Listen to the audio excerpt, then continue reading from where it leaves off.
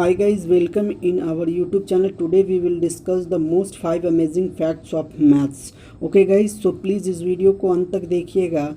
ठीक है गाइज, तो चलिए इस वीडियो को स्टार्ट करते हैं. ठीक है, तो आज का पहला फैक्ट्स है. क्या आप जानते हैं कि फैक्टोरियल 10 सेकेंड्स एग्जैक्टली कितने वीक्स के बराबर होता है? ठीक है गाइज, तो चलिए जानते हैं फैक्टोरियल 10 सेकेंड्स कितने वीक्स के बराबर होता है.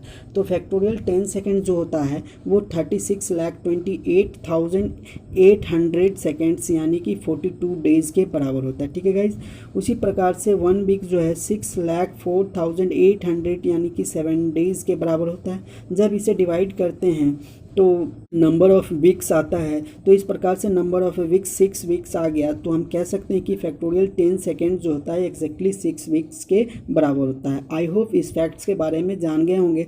तो चलिए इससे रिलेटेड कुछ और भी फैक्ट्स हैं जिनके बारे में जान लेते हैं, जैसे कि फैक्टोरियल्स होता क्या है. तो फैक्टोरियल्स को हम लोग कैसे रिप्रेजेंट करते हैं? तो फैक्टोरियल को हम लोग एक्सक्लामेटरी साइन से रिप्रेजेंट करते हैं. ठीक है, अब फैक्टोरियल का डिफिनीशन है जो n factorial is the product of all positive integer from n down to 1. यानी कि n और 1 के बीच में जितने भी पॉजिटिव इंटीजर हैं उनको एक ऑर्डर में यानी कि डिक्रीजिंग ऑर्डर में उन सभी के प्रोडक्ट को ही फैक्टोरियल कहा जाता है. ठीक है गाइज, जो आपके स्क्रीन पे एक फार्मूला दिख रहा होगा उसे ही फैक्टोरियल्स ब्रेक कहते हैं. जैसे कि factorial n is equal to n multiplied by n minus 1 into n minus 2 dot dot dot 1. ठीक है, चलिए इस फैक्टोरियल्स को हम लोग एक एग्जांपल से समझते हैं कि जैसे कि हमने फैक्टोरियल 5 लिया है तो उसको हम लोग कैसे ब्रेक करेंगे. तो 5 multiplied by 4 multiplied by 3 multiplied by 2 multiplied by 1, sorry यहाँ 10 नहीं होगा 1 होगा. जब इन सभी के प्रोडक्ट को निकालते हैं तो 120 आता है. तो फैक्टोरियल 5 का जो वैल्यू होगा वो 120 होगा. ठीक है, चलिए इससे रिलेटेड कुछ और फैक्ट्स के बारे में जानते हैं, जैसे कि फैक्टोरियल्स को किसने इंट्रोड्यूस किया और कब किया. तो फैक्टोरियल्स को इंट्रोड्यूस एक फ्रेंच मैथमेटिशियन ने 1808 ईस्वी में एन नोटेशन के रूप में क्रिश्चियन क्रैम्प ने ही इसको इंट्रोड्यूस किया, जिसका यूज़ हम लोग परम्यूटेशन और कम्बिनेशन साथ ही हम मैथमेटिकल्स एनालिसिस में इसका यूज़ करते हैं. ठीक है गाइज, तो चलिए अब फैक्ट नंबर 2 है. फैक्ट नंबर 2 है कि आपके स्क्रीन पे एक साइन दिख रहा होगा.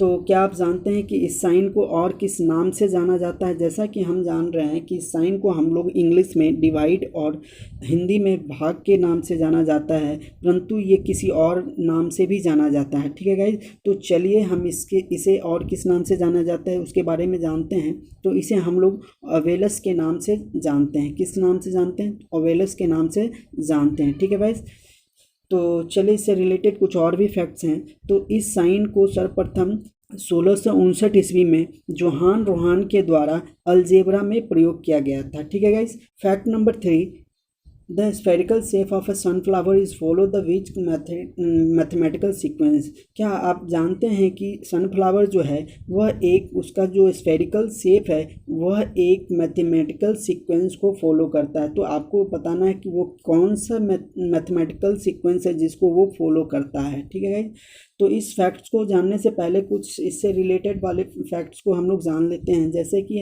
हमने लिखा है फिबोनाची सीक्वेंस. फिबोनाची सीक्वेंस को समझना बहुत ही ये इंटरेस्टिंग फैक्ट्स है जिनके बारे में हमें समझना होगा कि फिबोनाची सीक्वेंस होता क्या है. तो फिबोनाची सीक्वेंस जो होता है वह which numbers is the sum of two previous number, यानी कि अगला नंबर जो होगा पिछले 2 नंबर के योग के बराबर होगा. ठीक है गाइज, इसका कुछ एग्जाम्पल है जैसे कि 1 0 1 1 2 3 5 8 13 25 34 55. These are Fibonacci sequence number. इन सभी को हम लोग क्या कहते हैं? फिबोनाची सीक्वेंस नंबर कहते हैं. और इसको देखिए कि जो पहला नंबर है यानी कि अगला नंबर है पिछले 2 नंबर के सम के बराबर होता है. जैसे कि 0 + 1 क्या हो गया? 1 हो गया. अब 1 + 1 क्या हो गया? 2 हो गया.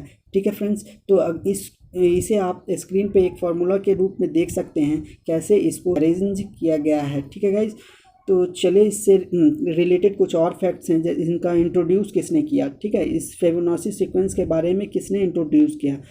ठीक है गाइज, तो चलिए जानते हैं. तो ग्रीक के एक मैथमेटिशियन है जिन्हें हम लियोनार्डो द फिबोनाची के नाम से जाना जाता है। क्या नाम है?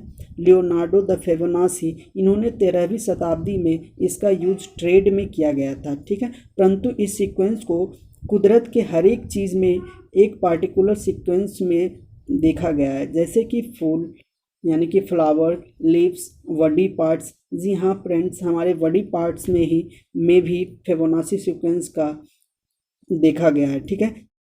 हमारे सर से लेके पाँव तक इस सीक्वेंस का एक पर्टिकुलर सीक्वेंस का रेशियो होता है, जिसे हम गोल्डन रेशियो के नाम से जाना जाता है। जैसे कि हमारे हाथ में 5 उंगलियां हैं, वे भी 5 जो है एक फिबोनाची सीक्वेंस नंबर ही है, ठीक है गाइज।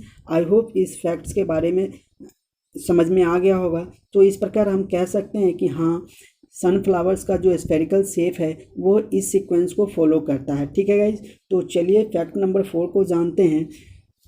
क्या आप जानते हैं कि प्लस का साइन, माइनस का साइन, इसका पहली बार यूज़ कब किया गया था, ठीक है गाइज। तो चलिए इस फैक्ट के बारे में जानते हैं।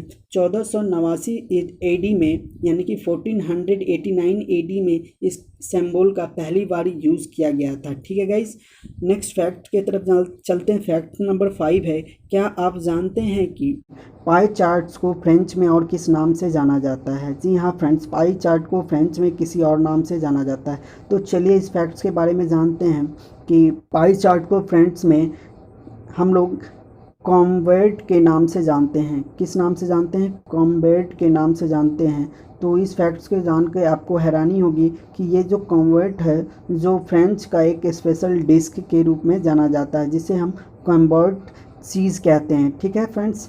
आई होप इन सभी फैक्ट्स को जानकर आपको अच्छा लगा होगा। तो आज के लिए बस इतना ही, ठीक है गाइस। अंत में आज का फैक्ट्स जो है, what is the ratio of beauty in nature, ठीक है। तो अगर इस फैक्ट्स को आप जानते होंगे तो कमेंट बॉक्स में आप इसका आंसर ज़रूर लिखिएगा, ठीक है guys. Okay bye, take care.